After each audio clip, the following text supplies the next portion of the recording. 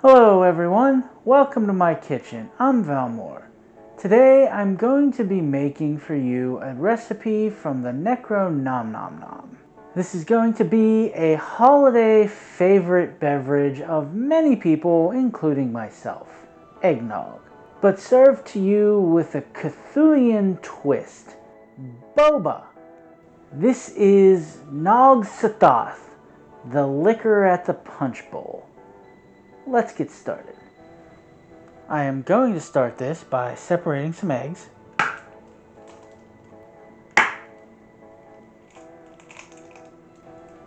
Now I am going to beat the egg whites until they start to form peaks.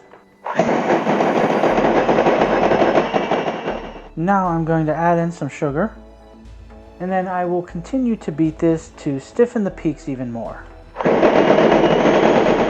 And then I am going to put that in the refrigerator for about an hour. For my egg yolks, I am going to start by beating those until they get frothy.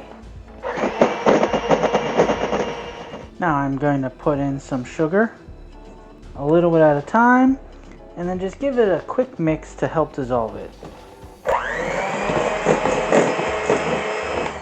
I'm now going to add in my cream, milk, some fresh ground nutmeg, and finally some Kraken rum, which is black spiced rum. And I'm just going to give that a quick stir together. Now into some boiling water, I'm going to add black boba, and I'm going to continue to boil these until they start to float. Now that everything's floating, I'm going to reduce the heat and let it cook for about 10 minutes.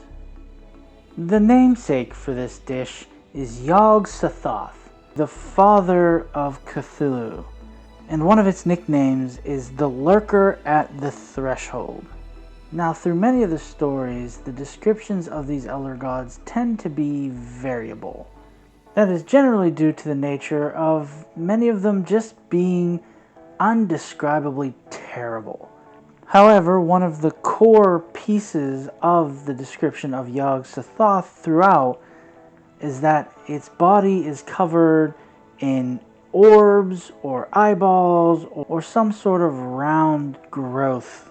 So that's why this is going to have little boba in it. Now that this has been cooking for about 10 minutes, I'm just going to take it off the heat and let it sit there for 15 more minutes.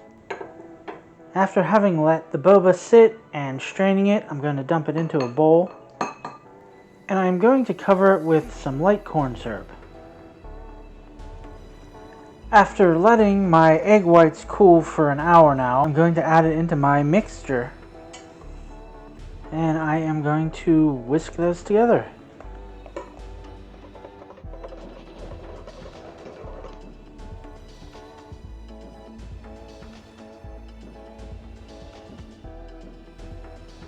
This is delicious eggnog. It is thick and creamy, a pretty strong rum flavor, and just that hint of nutmeg really does make this wonderful. The boba doesn't alter the flavor at all, but it's so much fun to bite into that nice little bubble. And you may want to decide if you make it to use a different glass.